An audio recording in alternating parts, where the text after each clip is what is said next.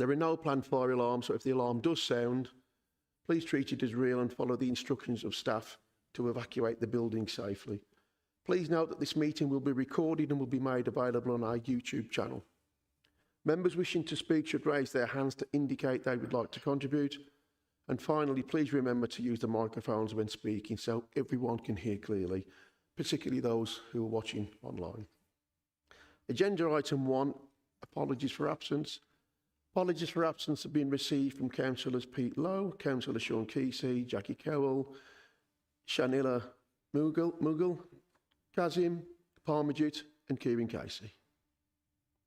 And Jackie Cowell, yeah. Okay, thank you. Agenda, any other apologies to record? If there is, there won't be anybody here. Got Councillor Hamlet and Councillor Tromans. Okay, thank you. Agenda item 2, declarations of interest. Do any members have any interest to declare under the Members' Code of Conduct? Take that, that's none. Okay, thank you.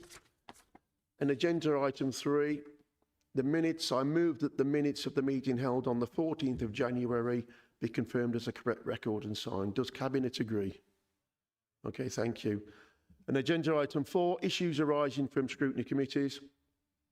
A, scrutiny of the draft council revenue budget 2026-27 and medium-term financial plan 26-27 to 2030-31. Recommendations from the scrutiny committees arising from their consideration of the draft budget reports have been circulated to members prior to today's meeting. A revised report incorporating recommendations received from the Housing and Asset Scrutiny Committee at its last meeting last night has also been circulated to members. In addition, a supplementary appendix setting out recommendations from the main opposition group has been received and attached to the revised report. I now call on Councillor Steve Clark and Councillor Ian Bevan to provide a view on the recommendations received.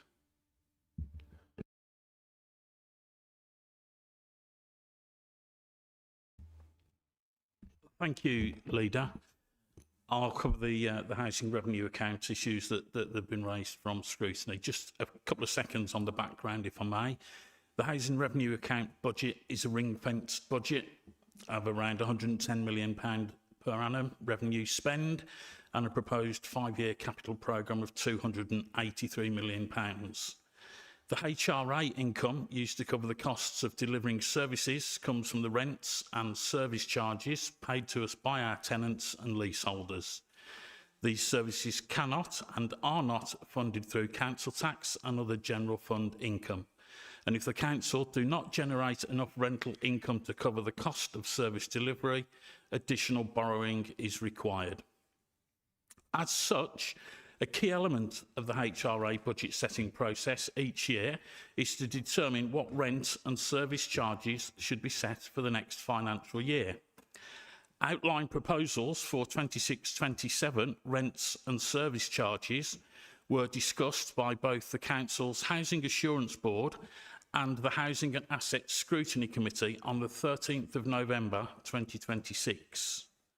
The proposed rent and service charges for 26-27 were presented to the Housing and Asset Scrutiny Committee again on the 14th of January 2026 as a fundamental element of the overall Housing and Assets Budget Scrutiny session. The accompanying information pack contained information on the financial impact of the proposed charges, both on the individual impact on tenants and leaseholders, and also on the potential loss to the HRA that any lesser increase would cause. It was agreed on Cabinet on the 29th of January that a third opportunity for scrutiny of the HRA budget proposals would be offered in advance of the HRA budget being considered by Cabinet tonight. There were 12 recommendations to Cabinet following these scrutiny sessions. Only one is directly related to the report at agenda item 6 being considered tonight. That recommendation is on an increase in the Transitional Support Fund. The recommendation is that Cabinet consider increasing the funds set aside for the Transitional Support Fund from 0.2 million to 0.4 million funded by a reduced contribution to reserves. Chair, this can be accommodated within current budget proposals. Any increase in the fund would result in a corresponding decrease in contributions to reserves. And I move that this specific recommendation from scrutiny forms part of the recommendations proposed within this report. In addition, we have received 4 proposals from Councillor Ali submitted separately. Having considered these recommendations, they are already recognised in the service as key drivers for investment, and the proposed budget has been shaped to ensure that we meet these priorities. Therefore, they are largely irrelevant to the proposed report being considered under agenda item 6, as this is a budget report and not a report in respect of the details that underpins that. Thank you, Leader.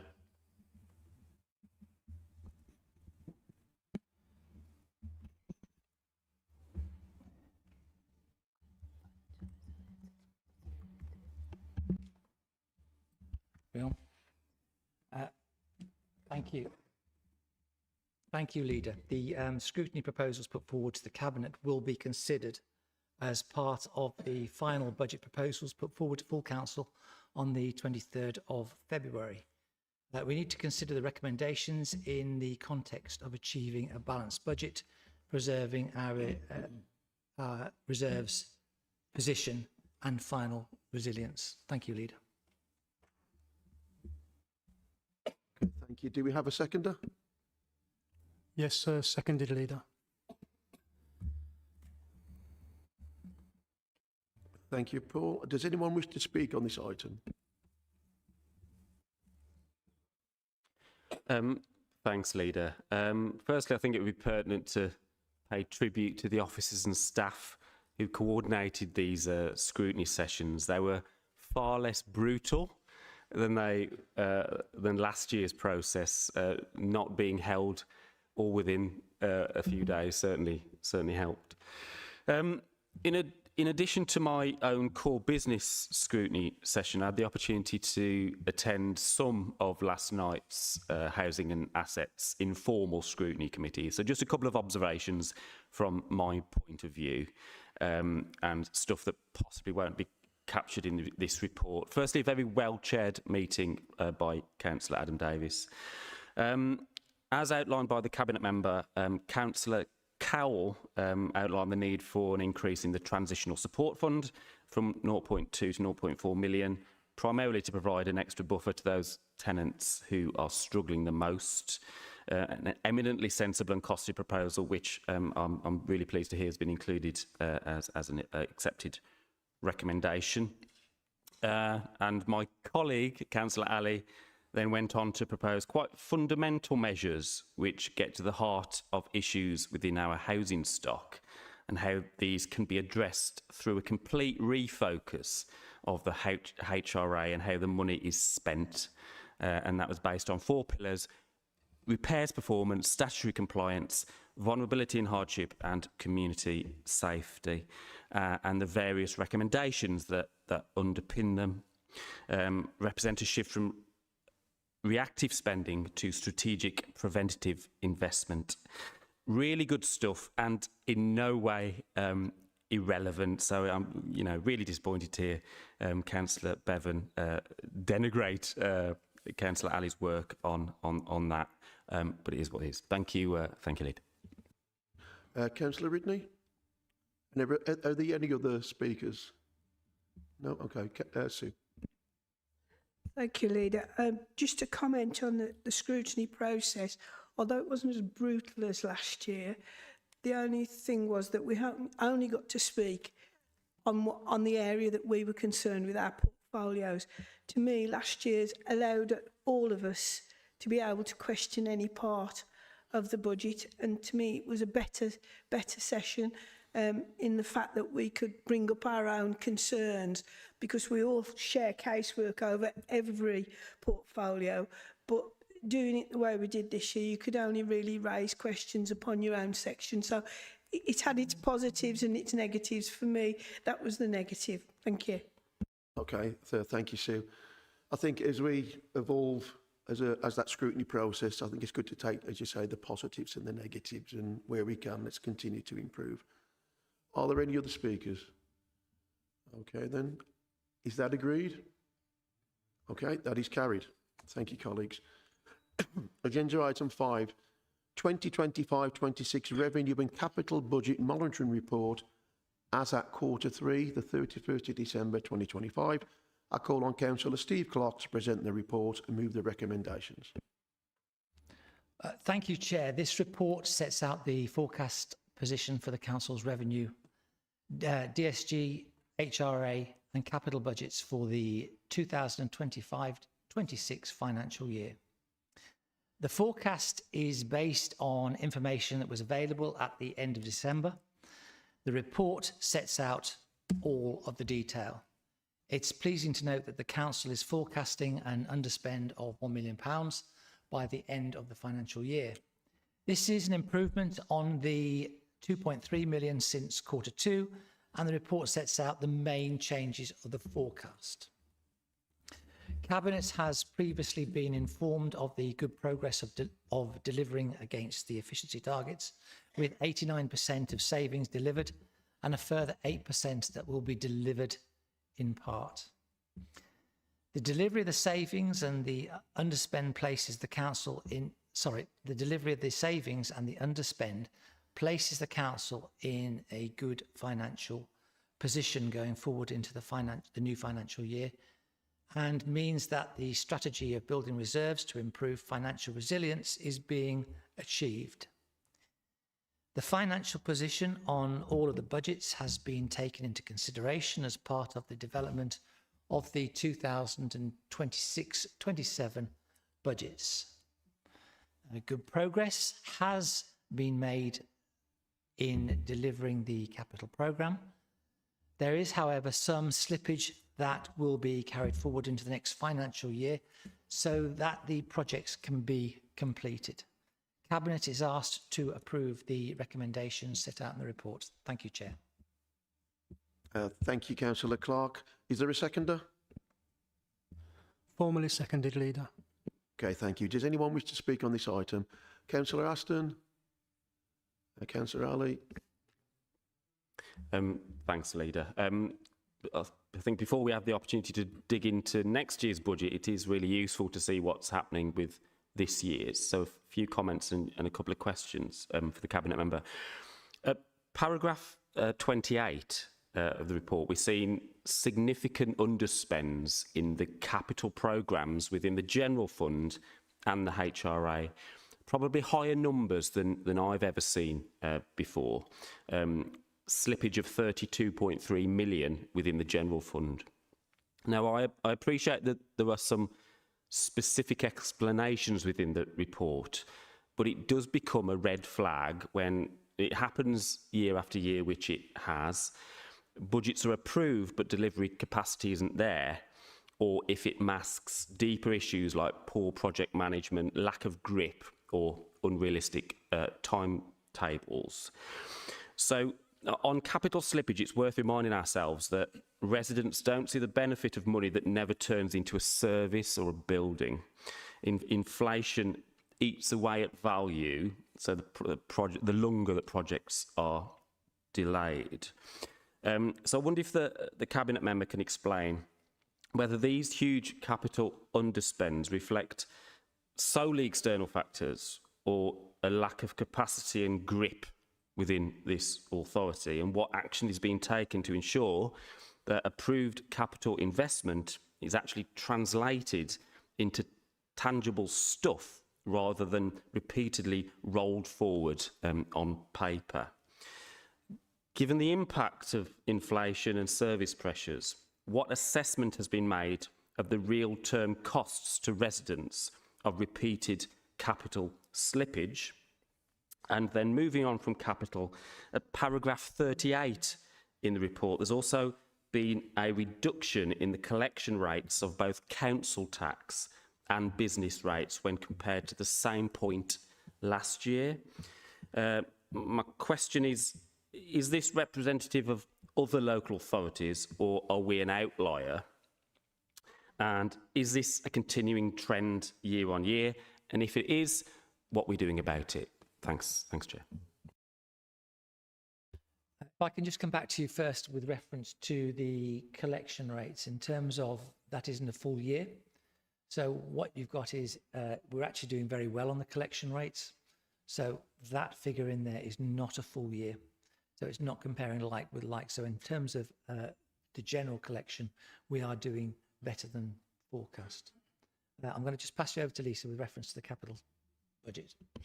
Yeah, just in terms of the comparator question as well around collection rates, it is something that we do keep under review, and we looked at it as late as last week, if I'm being honest. We compared ourselves with the West Midlands region, and we're not an outlier at all. In fact, in terms of council tax, we're in the top two, I think, in terms of our percentages. Business rates, we're just behind the middle of the pack, but marginally. So I think for us, the progress in terms of the collection is really positive, and we are by no means an outlier in either of those council tax or business rates. In terms of the capital, you know, I take your point on that and slippage. And it can be for a number of factors. Sometimes we get grant that comes in partway through the year, and we put it into the capital programme because we've got to accept the funding, and we put it in. But there's no way that we can spend, say, a £10 million grant that comes in December and spend it in that financial year. So some of it inevitably has to be carried forward. We also work with the services as well to try and make the capital programme as realistic as possible, because it impacts on things like borrowing rates and what we're committing in the revenue budget. So I'm as keen as you are to make sure that it is as realistic as possible, and we are capturing the right information. We work with teams to do that. But it is inevitable, I think, in all capital programmes that you do see some slippage. We just need to work more closely, I think, with services, just so that we've got a better understanding in terms of what are the different drivers of that slippage, and is there more that we can do in that space. The point that I do absolutely agree with you on is, you know, we kind of focus in these reports, and this is partly, you know, down to me as well, is that we focus on the numbers and we focus on slippage, and we don't really focus enough on what we've actually delivered. And you know, so we've spent, you know, we'll have spent £69 million by the end of the financial year on capital. We need to be articulating what that's actually achieved in the borough, and that is something as part of the development of our financial monitoring that we will bring into play, as you know, in the not too distant future. Okay, Councillor Atkins. Yeah, thank you, Leader. Sorry, a lot of what I was going to say has just been said, but just to add a little bit more colour to it, was a third of the HRA capital underspend is due to increased efficiencies and meant that we've reduced borrowing, which means that we're no longer spending as much on the repayments, which was just highlighted. That's not an impact on spending on condition or properties, that's on servicing a debt effectively.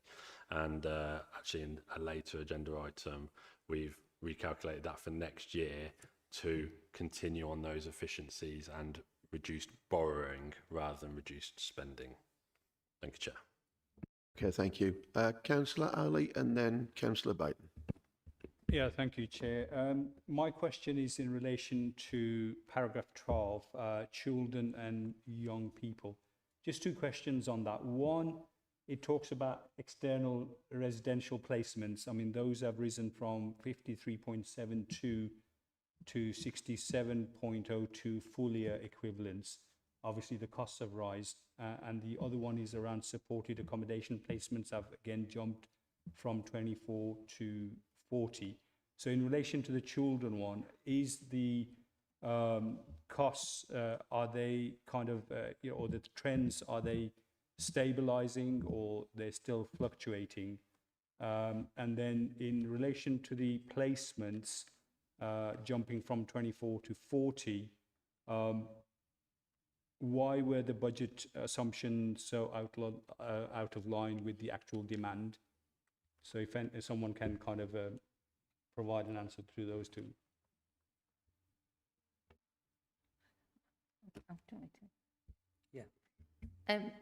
So, in terms of your question about are we stabilising in terms of children's placement costs, if you look at the monitoring that we're doing, obviously we report quarterly into Cabinet, but we do monthly monitoring as well internally. So we've always got a view in terms of where the placement costs are.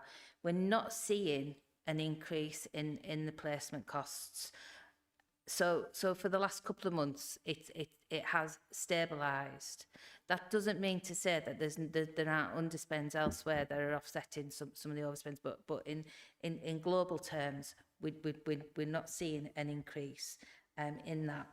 In terms of why was the budget different to what we're seeing, a budget's a budget at the end of the day. We make best efforts in terms of assumptions. We look at what's happening in the demand, and that's why, and I think the point was made at the start, it's good to see this report ahead of the budget report, because we need to make sure that when we're looking at setting the budget for next financial year, we're looking to see what's happening in this financial year. So we will reflect trends in demand, we'll reflect trends in placement costs as well. But at the end of the day, it is a budget, it's based on assumptions, and things do change in the year. All we can do is to make sure that when we're identifying those, we're reporting those, and where necessary, we're taking action to mitigate against it. Councillor Baton? Sorry, is that satisfactory? Okay. Cathy? Thank you, Leader. Just a couple of questions on the legal and compliance section.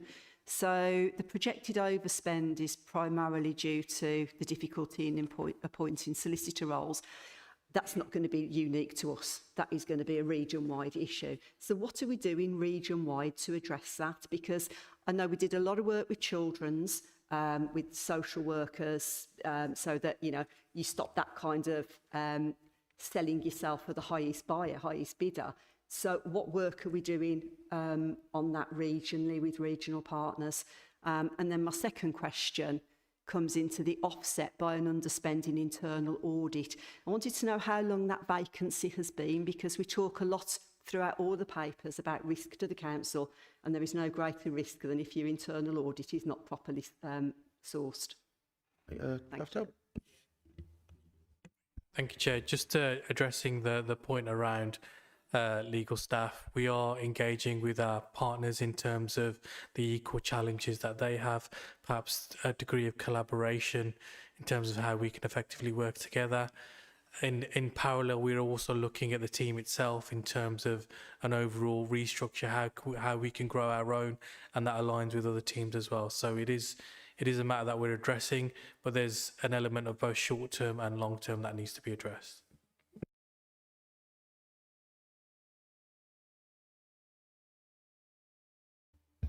Again, I think that's a working process. So we are looking at audit in terms of the overall work programme, the overall demands, and looking at areas that we can fill.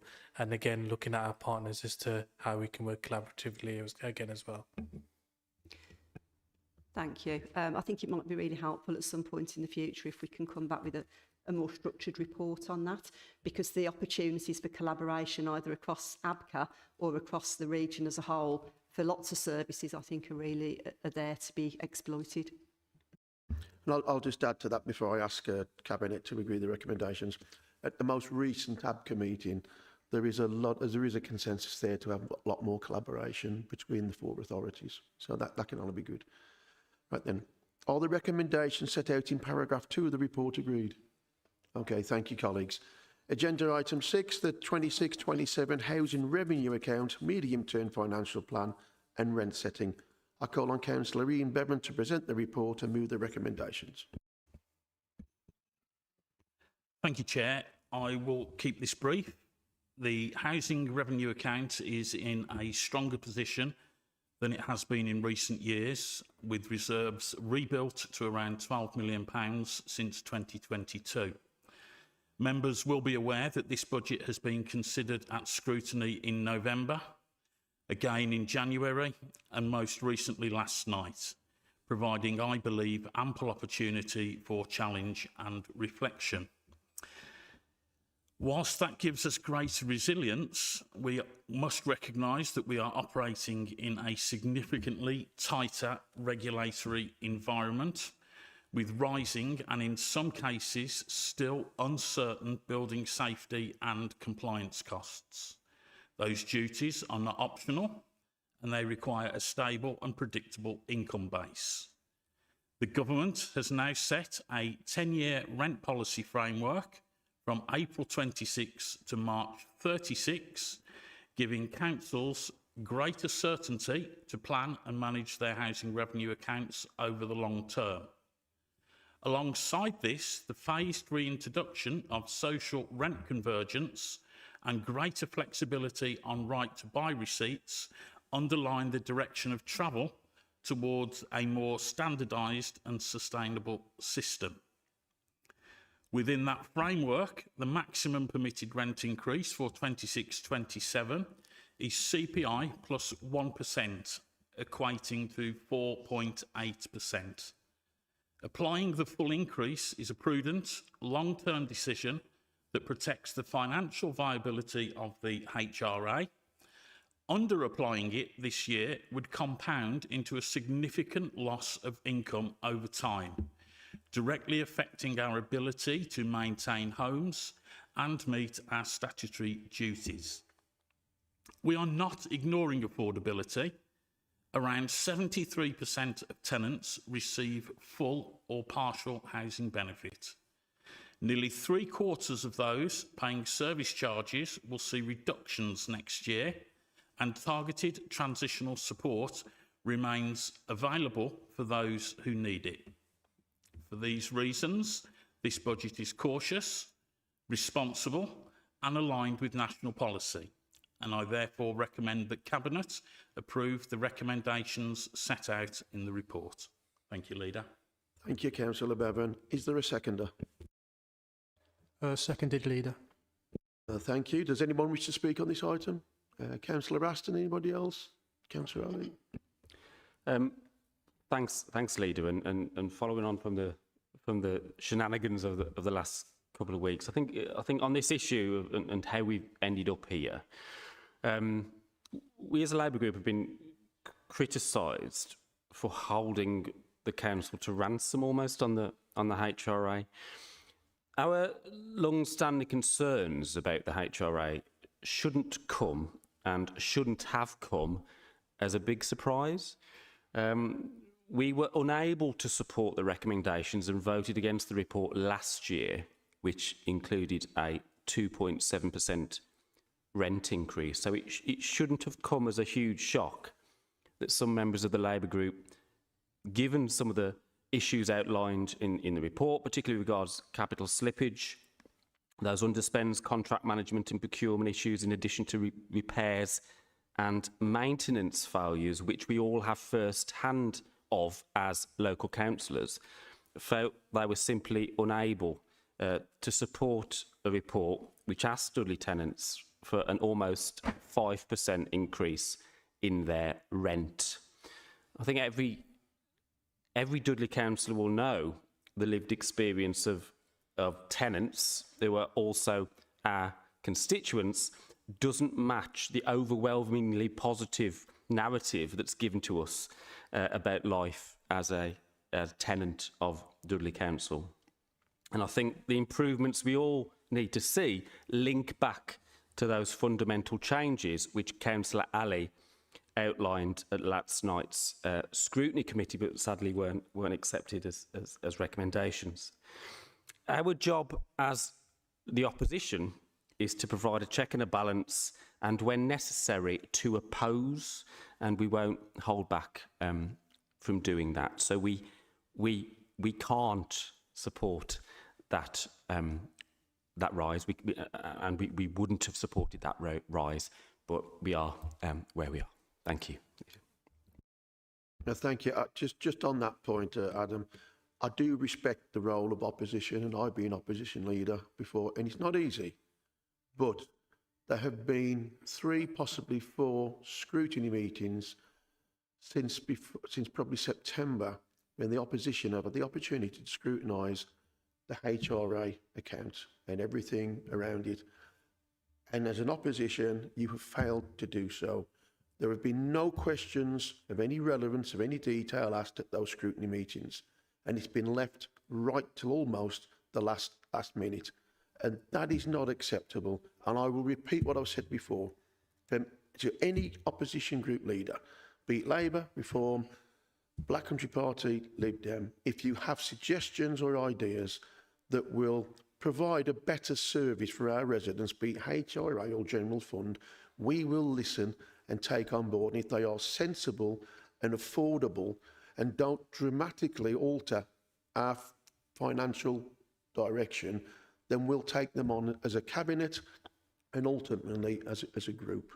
So my advice is to any opposition leader, stop playing politics, and if you really want some of your ideas to be put forward, let's have that sensible discussion, because that is the mature and adult way when you are in a position of no overall control. Councillor Rowley. Yeah, thank you. I think I'm just going to keep comments quite brief. I mean, I don't agree any of the comments you have just made. We have and have always followed the democratic process, and if you and you know the latest shenanigans show the poor governance and the state of this council is. If that is what you want to do as an administration, that is absolutely fine. But we will keep holding yourself and the cabinet and the Conservative administration to account on every occasion we get. And it's really disappointing, as my colleague Councillor Adam Aston said earlier on, you know, that these recommendations the cabinet member and the cabinet find irrelevant, because it would be really interesting to hear which one of these is irrelevant. And the one question I do want to ask the cabinet member, first of all, focus on fire safety. Is that irrelevant to you? And also, on the back of that, can you share with us when were fire doors replaced? How much money was spent? Were those delivered to contract and specification, or are you having to go out and replace all the doors again? Just before I ask the cabinet member to come back in, I will come back on your opening lines. The fact is, you're not holding the administration to account. You are not. The quality of scrutiny was poor, and it was poor from the official opposition party, because the relevant questions were not asked at any of those scrutiny meetings. We spent more time talking about absence rates at the one that I attended than we did actual policy. So you are not holding us to account. And it's a bit like Keir Starmer saying that he's never lost a fight. Well, to lose a fight or win a fight, you've actually got to get in the ring. And that's something that you're not doing. Councillor Bevan.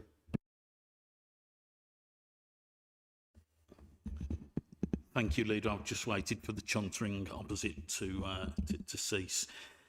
Councillor Aston, you talk about the process and whether it was a surprise that your group decided to oppose what we were putting forward. No, it wasn't a surprise. You opposed absolutely everything just for political gain, noise, nonsense, delay and dither. What was a surprise was that you chose to oppose proposals that gave a prudent, responsible budget in line with national policy, your government's national policy.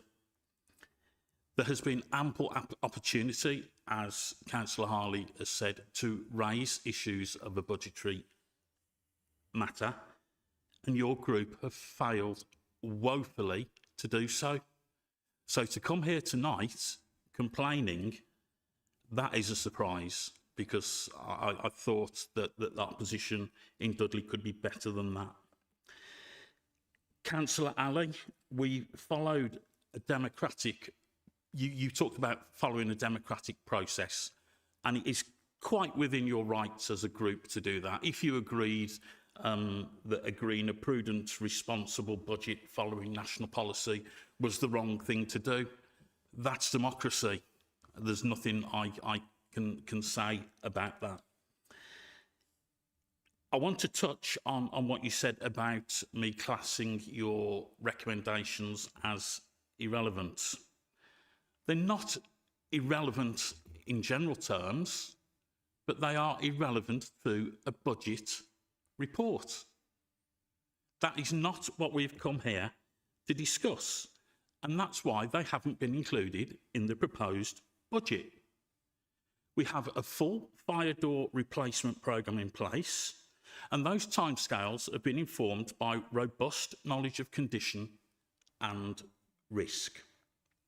The decision that was taken that resulted in the scrutiny last night is a process that was kick-started when it became apparent that your group were going to oppose a prudent, responsible budget in line with national policy and play games with the residents and tenants of Dudley, who rely on us to provide affordable social housing. The housing revenue account and the budgeting of it is absolutely vital to support those residents, and the action that your group took wasn't supporting those people at all. Thank you, Leader. Very quickly.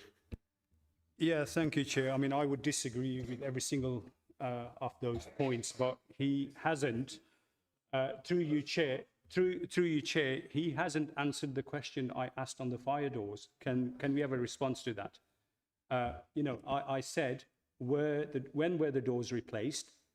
Were they delivered and put in place in line with the specification? Was it right or wrong? So please provide us that. Leader, why does Councillor Ali think that I'm going to come tonight to a meeting to discuss the budget with the breakdown of thousands of fire doors? Why does he think that? This is general housing scrutiny.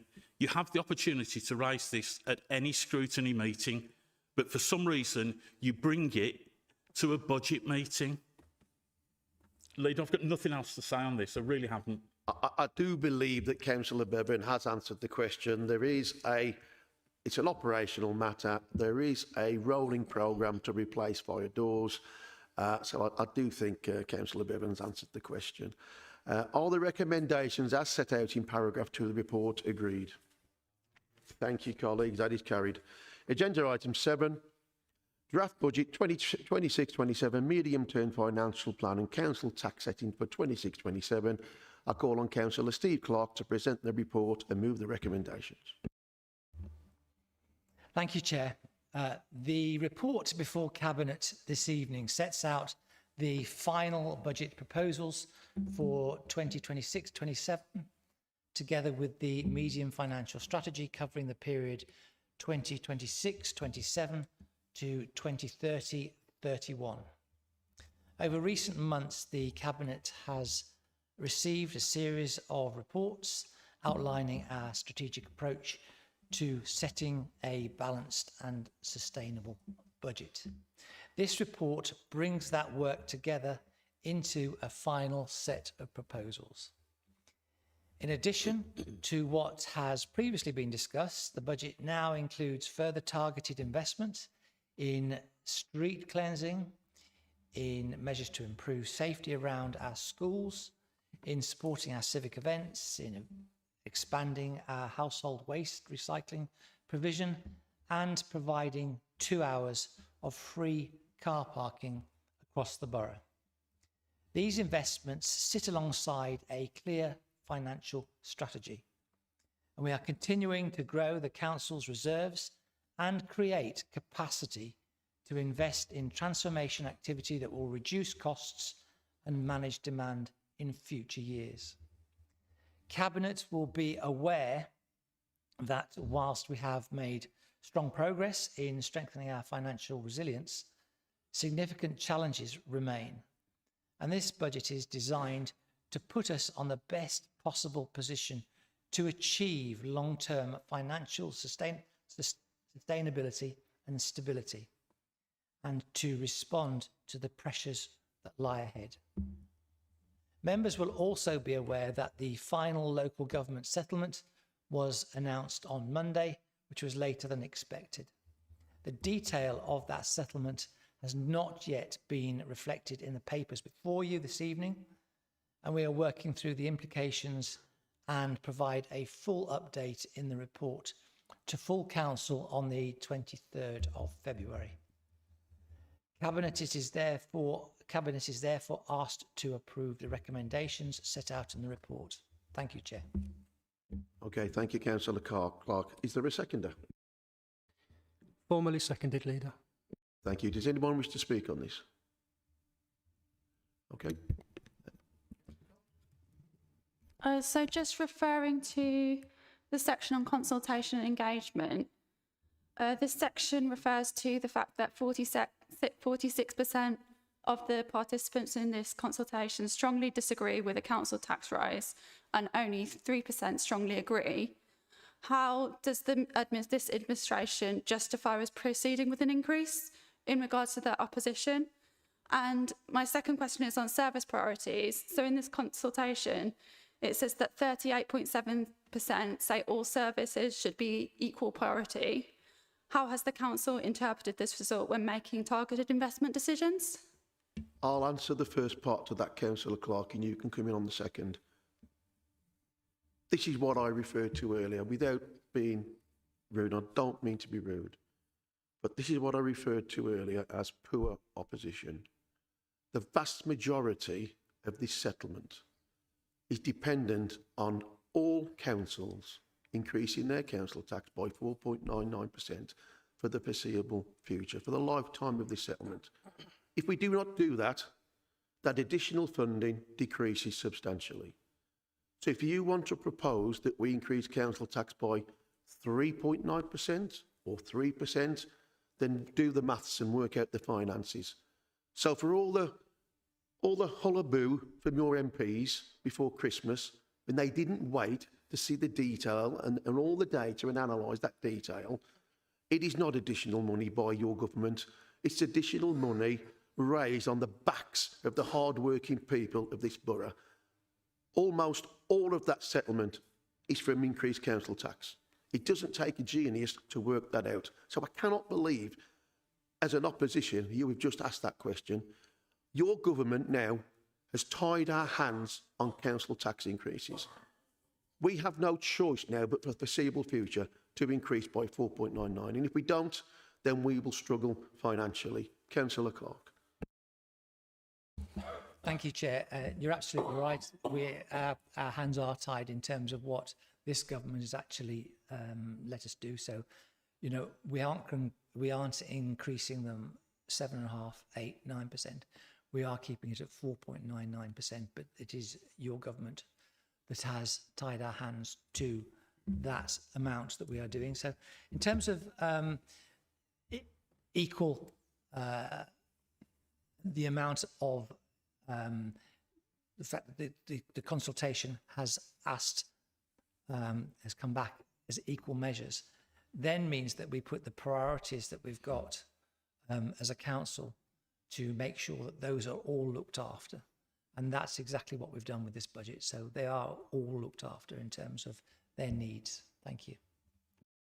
And before I ask Cabinet to accept the recommendations, I did write to all the borough's MPs. And to be fair, one asked for a meeting, and I commend him for agreeing to that meeting. It was a Labour MP. But I have to say the response from two other MPs, from Stourbridge and Dudley, was pitiful. It was a researcher's letter cut and pasted with the same spiel that we've just heard, that the government's given Dudley almost £80 million extra, when in fact you haven't. The vast majority of that is due to council tax increases. And with the revised final settlement, we have the worst settlement in the West Midlands, bar Solihull. That is absolutely pitiful. And it just shows a lack of response, a lack of energy and commitment by our borough MPs to give Dudley the financial settlement that it deserves. Are the recommendations as set out in paragraph 2 of the report agreed? Thank you, colleagues. That is carried. Agenda item 8, the Gender Pay Gap Report 2025, a snapshot date as of the 31st of March. I call on Councillor Ed Lawrence to present the report and move the recommendations. Thank you, Chair. The Council is legally required to publish its Gender Pay Gap report each year by the 30th of March. The report measures the difference between average male and female earnings and is based on the statutory snapshot date of the 31st of March 2025. This is distinct from the equal pay gap, which concerns men and women being paid equally for the same or equivalent roles. The gender pay gap instead reflects overall workforce composition and difference in average earnings. So for 2025, Dudley Council's gender pay gap has decreased to 2.7%, down from 4.6% the previous year. This reduction is largely due to a fall in our overall headcount, particularly in a reduction of 221 female part-time roles, which are typically on lower grades. However, a large number of these jobs were transferred to a third-party provider, so were not actually job losses. Dudley's figure compares favourably with the national gender pay gap of 6.9% for full-time employees. The Council will continue to encourage gender diversity across all career areas, particularly in fields traditionally dominated by one gender. So Cabinet is asked to approve the full report so it can be published before the 30th of March this year in line with regulatory requirements. Thank you, Chair. Thank you, Councillor Lawrence. Is there a seconder? Seconded, Leader. Does anyone wish to speak on this item? Anyone? Okay, Councillor Baton and then Councillor. Thank you. Well, obviously, it's a statutory requirement. We have to do it, and we do it every year, and we've been doing it since 2017. I think what I'm more concerned about is what's the plan? So we have a report every year telling us where the gender pay gap is at.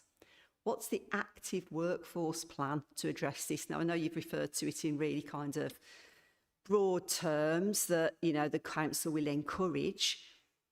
I'd like to see a bit more of a concrete plan coming forward, I think, that actually details how it's going to do that, how it challenges those stereotypical roles, and how, therefore, it's planning to decrease that gender pay gap year on year. You know, whilst we acknowledge that the pay gap has decreased, partly it's down to the fact that we lost, as you said, 221 low-paid female employees. That's probably not the best way of achieving a reduction. So what I'd like to see is what's the plan workforce plan coming forward, please.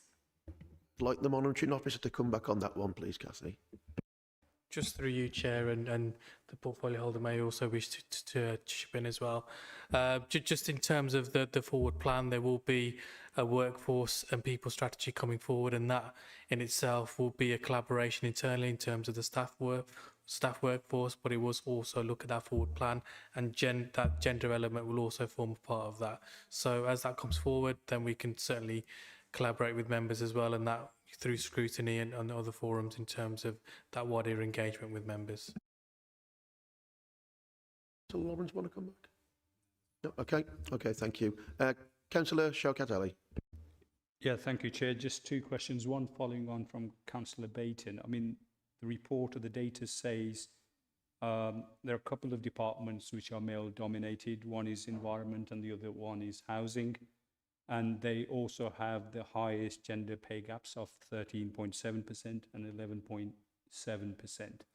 And it's good to hear that Councillor Lawrence said that you are going to do something about it, but unfortunately there isn't anything in the actual action plan as alluded to by Councillor Baton.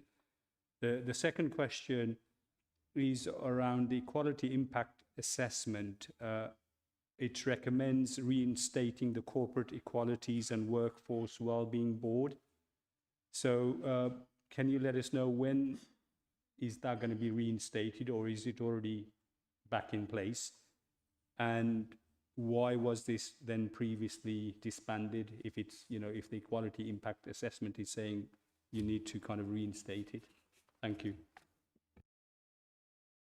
Just through you, Chair, just to address the question terms of the overall the board question. What I can say is part of the senior management restructure, the governance assessment, and the overview and assurance board structure, we have got in place a workforce board. So that's been incorporated in terms of the governance structure. So that will incorporate and that'll be actioned and has been actioned at present. So we'll be looking to set that up and implement immediately.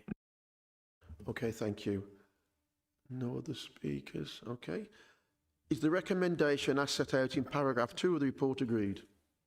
Thank you, colleagues. That is carried. Agenda item 9 is the Briley Hill and Halzowen Local Regeneration Fund Awards. I call on Councillor Simon Phibbs to present the report and move the recommendations. Thank you. So this report provides an update on the various formerly known as Levelling Up Fund schemes across the borough. They're now local regeneration funds, as the government, as it likes to do, has rebranded them again. There has been a number of arrangements put in place to simplify the delivery of these schemes, because the government now classes them as legacy schemes, and so that means that we have a greater element of control at being able to amend and deliver the projects to make sure that it meets the needs of local areas in Briley Hill and Halzowen. So this report notes those simplification arrangements and provides a revised schedule for the Levelling Up Fund project in Briley Hill.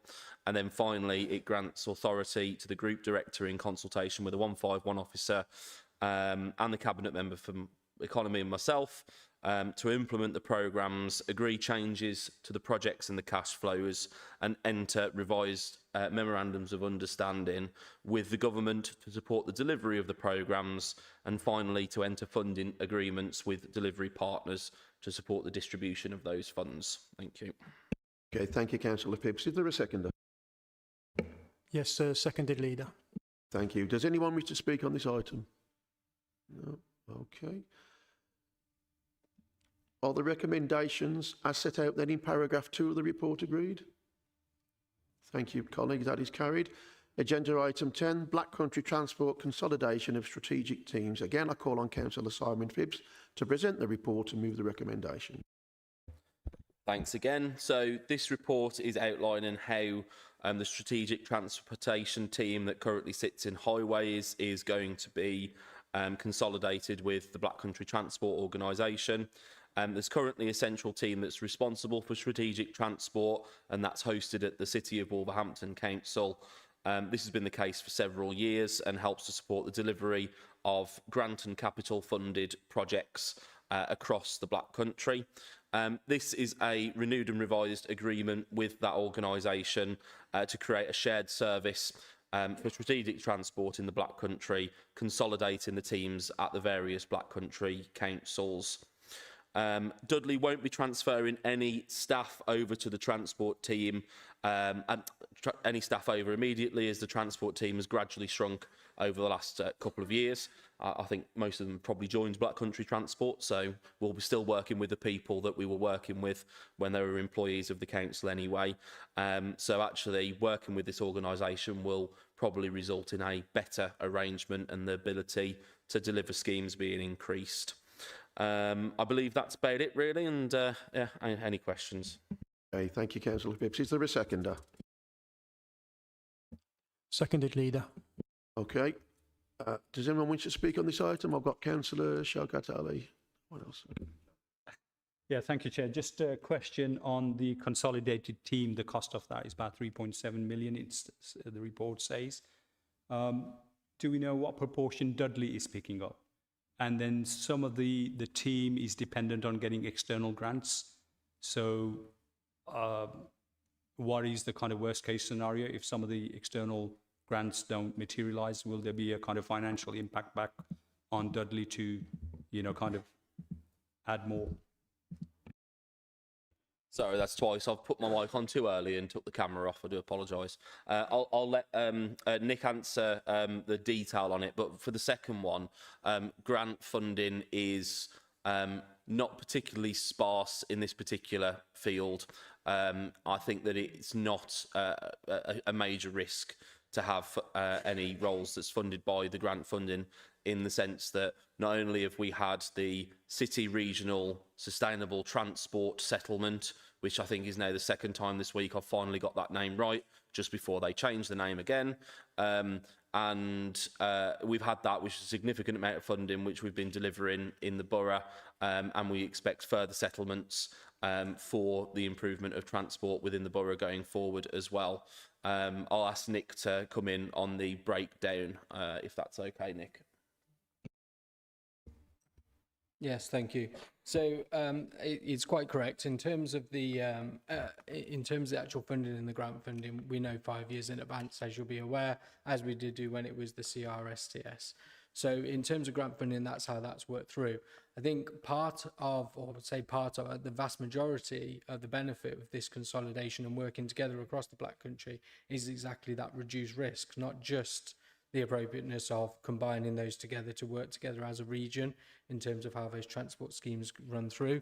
So in terms of the proportion of those, the allocation of funding, it actually comes from the place of that grant funding, which supports that team. So again, further reduces the risk for us as an authority, but also across the Black Country. So hopefully that answers where that money comes from. So there are, in short, there is no difference to us as an authority. And just before I ask for the recommendations to be approved, this is what we spoke about earlier, Councillor. I originally raised it about, I think Councillor Baton as well, across ABCA, the four authorities working together for the benefit of the Black Country. And it doesn't matter if Dudley gets a project approved or it's Sandwell, Wolverhampton or Walsall.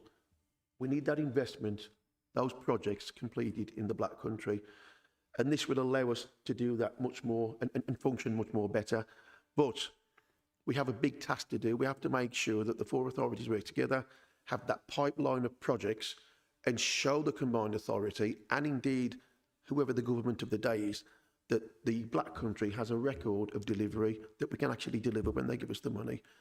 You know, it shouldn't always be Solihull, Coventry and Birmingham. I believe the Black Country should have more than its fair share, and it hasn't always been that way in the past. All the recommendations as set out in paragraph 2 of the report agreed? Okay, thank you, colleagues. That is carried. Right, agenda item 11, questions from members to the leader. There are no questions to be considered under Cabinet Procedure Rule 2.5. Now, before I move the exclusion of the public and press in the interest of openness and transparency, I would like to make a brief statement in the public session about the item the Cabinet will be considering tonight. Now, along with 2 hours free car parking being reintroduced at the first opportunity that we can, I've always believed that an ice rink would be a fantastic asset for the town, and that we are now closer than ever to making that a reality. On the next agenda items, we will be discussing proposals to agree a deal in principle for a major leisure development on council-owned land in Flood Street. It would see the construction of a 2,000-seater ice arena with Planet Ice as the main tenant of the new development. If agreed, a planning application is expected to follow shortly after as the development gathers pace. I will be asking the Cabinet to back the proposals, as for me it's just an absolute no-brainer and something that can only be a massive benefit to Dudley Town Centre and our wider borough. We will now be asking the press and public to leave the meeting for the Cabinet to discuss the matter due to commercial sensitivities. Sorry, Martin. Sorry, Dave. So agenda item 12, resolution to exclude the public and press. I move that the public and press be excluded from the meeting for the remaining items of business on the grounds that they involve the likely disclosure of exempt information under Part 1 of Schedule 12A to the Local Government Act 1972 for the reasons stated on the agenda. Does the Cabinet agree? Thank you. That is carried. Could I ask that any public and press present now leave the meeting and that the recording be stopped? Thank you.